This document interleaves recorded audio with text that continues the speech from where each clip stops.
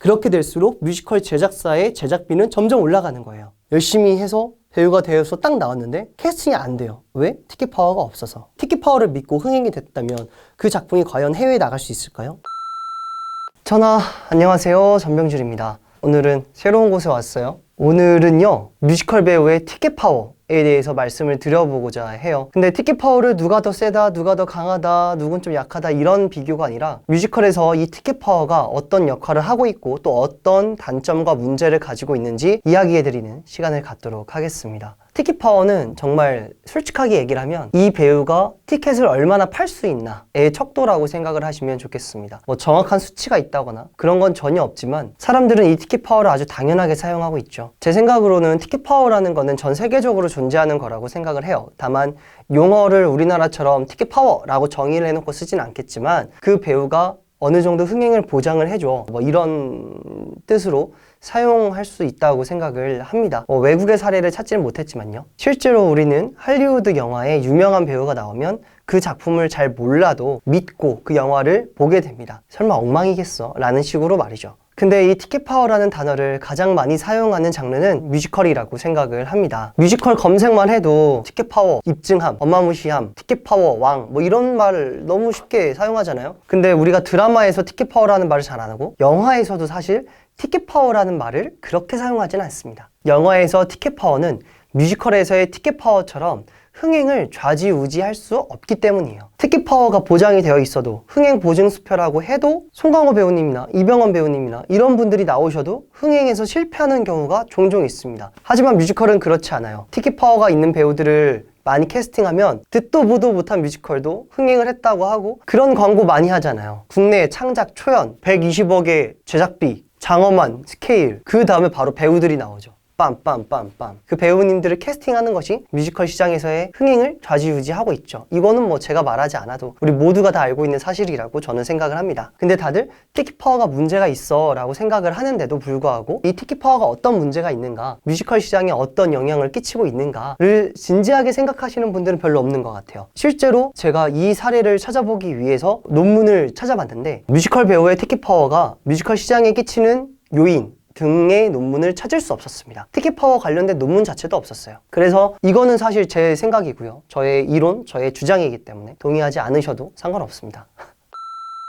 이 티켓 파워 위주로 흘러가는 뮤지컬 시장에서 어떤 문제가 있는지 살펴보면 첫 번째, 국내 뮤지컬 창작을 소홀하게 만듭니다. 여러분들 국내 창작 뮤지컬 많이 아시죠? 최근에 하고 있는 엑스칼리버도 그렇고 대학로에서 하는 작품 중에는 역시 국내 창작 뮤지컬이 많이 있는 것 같습니다. 새로운 뮤지컬을 국내 작품으로 새롭게 만든다는 것은 사실 이 뮤지컬 시장에서 굉장히 중요한 일이에요. 왜냐하면 그 시장을 유지시키고 발전시킬 수 있으니까요. 그런데 뮤지컬 시장을 티켓 파워가 주도하는 경우일 경우 작품을 창작해서 정말 좋은 작품을 만들어서 웰메이드를 만들어서 내가 이 작품을 전 세계에 널리 알리겠다라는 마인드보다 흥행을 위해서 티켓 파워가 강한 배우들을 캐스팅해야겠다라고 생각을 하게 돼요. 그렇게 되면 어떤 경우가 생기냐면 이 뮤지컬의 작품성을 높이기 위해서 공들이는 시간이 점점 줄어듭니다. 브로드웨이 같은 경우는 보통 창작 뮤지컬을 만들 경우 3년에서 7년 정도의 시간을 투자한다고 합니다. 계속 발전시켜 나가고 수정하고 만들어가는 동안 오프 브로드웨이를 거쳐서 브로드웨이에서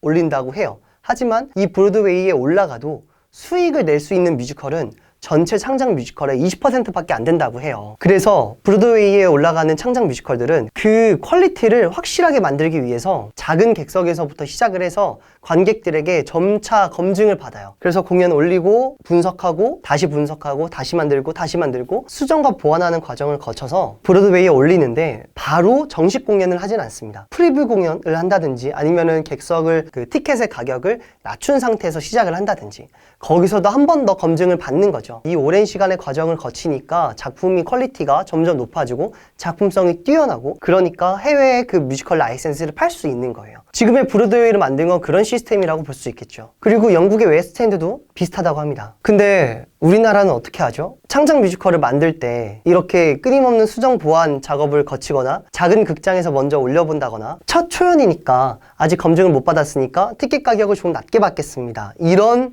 시스템을 갖추고 있나요?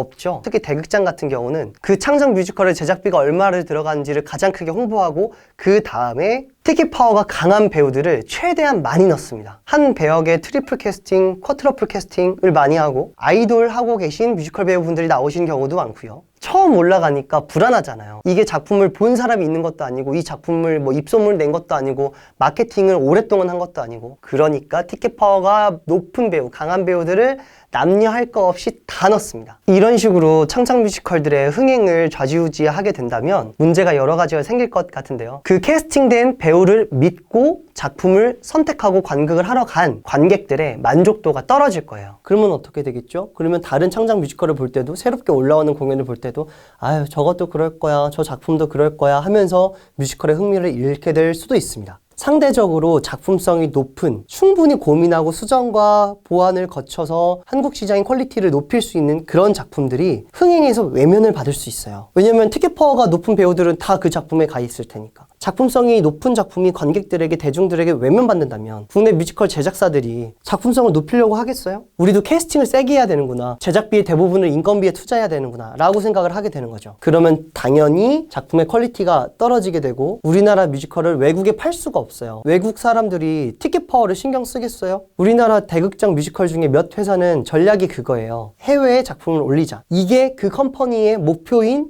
회사들이 있어요. 근데 작품성을 이렇게 몇 년 동안 검증받으면서 키운 게 아니라 티켓 파워를 믿고 흥행이 됐다면 그 작품이 과연 해외에 나갈 수 있을까요? 티켓 파워의 문제.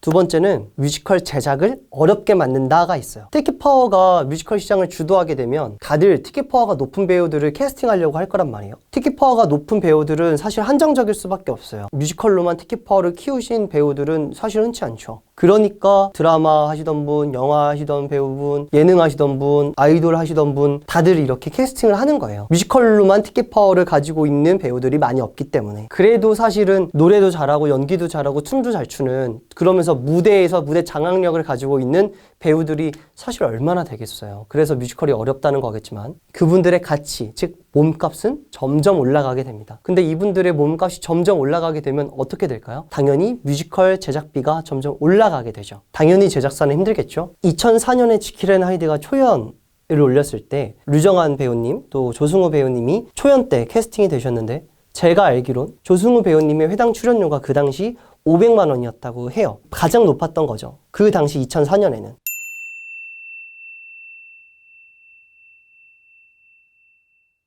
근데 그러면 2004년에 제일 높은 분이 500만 원이면 다른 분들, 조연분들을 진짜 높게 잡아도 한 300만 원이라고 보면 지킬 앤 하이드는 주 조연으로 11배역이 있고 지금 앙상블 분들이 12명이 계십니다. 그러면 앙상블 분들이 회당 출연료를 많이 잡아서 20만 원이라고 잡고 메인 배우분들을 평균 400만 원으로 잡으면 회 한 번 올릴 때 출연료가 4,640만 원이에요. 굉장히 저렴하다고 느껴지는 거는 제 기분 탓일까요? 그러면 이 공연이 총 100회다. 그러면 5억 미만으로 작품을 올릴 수 있는 거죠. 근데 사실 이미 2010년도에 조승우 배우님이 1,800만 원을 회당 받으신다고 이미 너무 많이 밝혀졌죠. 3배 이상 올랐잖아요. 그러면 다른 분들의 개런티도 약 3배 정도 올랐다고 계산을 하면 제작비에서 인건비가 차지하는 비율이 엄청나게 늘죠. 아까 조연 배우분들만 4,400만 원 정도였는데 1억 5천만 원 정도가 됩니다. 티켓 파워가 강한 배우들을 캐스팅하면 할수록 그들의 몸값은 점점 올라가고 그렇게 될수록 뮤지컬 제작사의 제작비는 점점 올라가는 거예요. 근데 뮤지컬 작품은 정해진 장소에서 한정된 관객을 대상으로 할 수밖에 없어요. 영화처럼 상영관을 많이 더 만들 수가 없어요. 그게 뮤지컬의 매력이기도 한데 제작사가 한 번 공연을 올렸을 때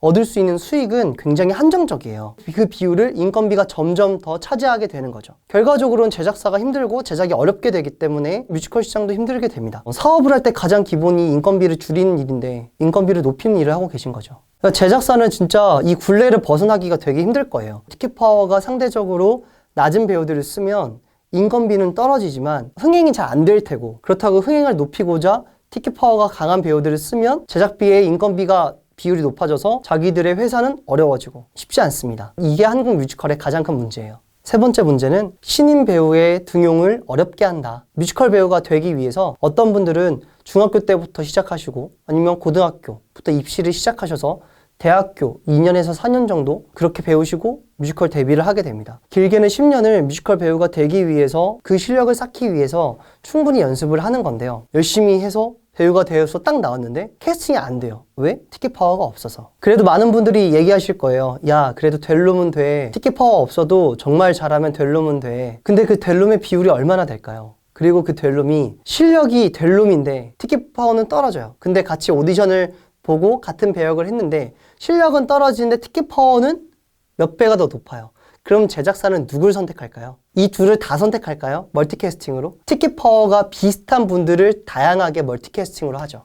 이 될 놈은 못 되는 거예요. 티켓 파워가 없어서. 그러면 무슨 일이 일어나겠어요? 배우들이 실력을 높이려고 하겠어요? 내가 무대에서 춤도 잘 추고 연기도 잘하고 노래도 잘하는 그런 뮤지컬 배우가 될 거야 라고 생각을 하겠어요? 티켓 파워를 높이겠다 라고 생각을 하겠죠. 오디션을 보지 않아도 작품을 할 수 있는 그런 배우가 돼야겠다 라고 생각을 하게 돼요. 실제로도 제 주위에도 그렇게 많이 생각을 하고요. 그런 거 많이 보셨을 거예요. 뮤지컬로 얼굴을 알리기 시작한 배우가 어느 날부터 뮤지컬을 안 나오고 영화나 드라마를 나간다. 영화 드라마를 거치고 대중적인 유명세를 얻으니까 다시 뮤지컬로 와서 주인공을 한다. 잘못됐다는 게 아니라 그 방법이 티켓 파워를 높이는 방법 중에 하나라는 거를 말씀드린 거고, 뮤지컬 배우들의 1순위가 자기 실력을 키우는 게 1순위가 아니고 티켓 파워를 높이는 게 1순위가 되면 그 시장에 뮤지컬 퀄리티가 점점 떨어지게 돼요. 이런 현상의 좋은 예시가 제가 생각하기에는 일본 아이돌계가 있어요. 제가 알기론 일본 아이돌계에서 중요한 요소 중에 하나는 실력이 아니에요. 귀여움이라고 합니다. 실수, 대헷 뭐 이런 거? 이런 부분들이 일본 아이돌들이 데뷔를 하고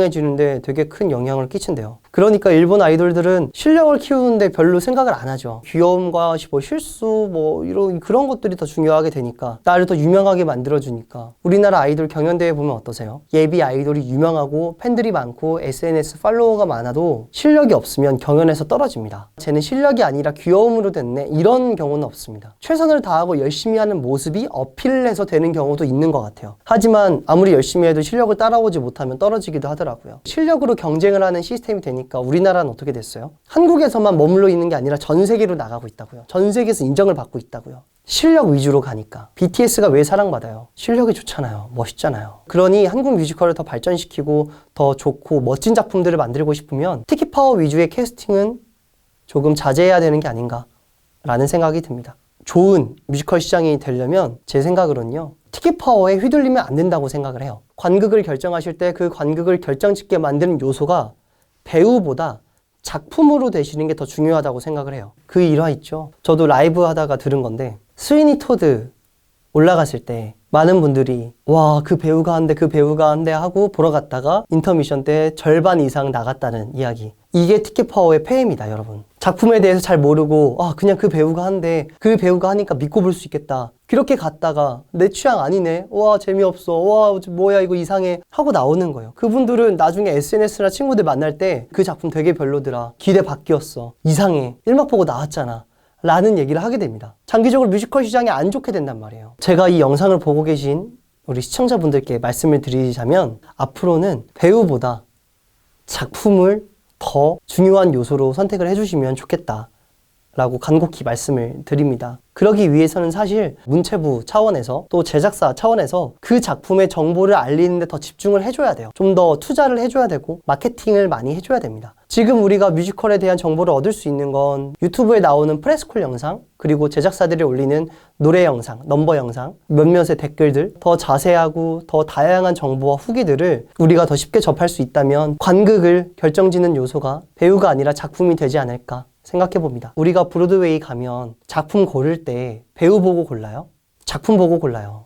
이 작품 재밌대, 이 작품 핫하대. 그러니까 우리나라에서도 그렇게 생각을 해주셔야 돼요. 믿고 보는 배우라는 말이 배우에게는 굉장히 영광이지만 뮤지컬 시장에서는 그렇게 좋은 말은 아닌 것 같습니다. 믿고 봤다가 작품이 나랑 안 맞으면 어떡해요? 그 배우 믿고 봤더니 작품 영 별로더라. 사실은 그 작품이 별로가 아니라 나랑 취향이 안 맞거나 정보, 사전 지식이 없는 상태에서 봤기 때문에 그렇게 된 거일 수도 있는데, 앞으로는 최애 배우보다 최애 극을 좀 더 중요한 비중으로 차지해 주시는 게 좋지 않을까. 장기적으로 한국 뮤지컬 발전을 위해서 그렇게 해주시는 게 좋지 않을까 생각을 합니다. 자, 오늘 굉장히 어려운 얘기 했습니다.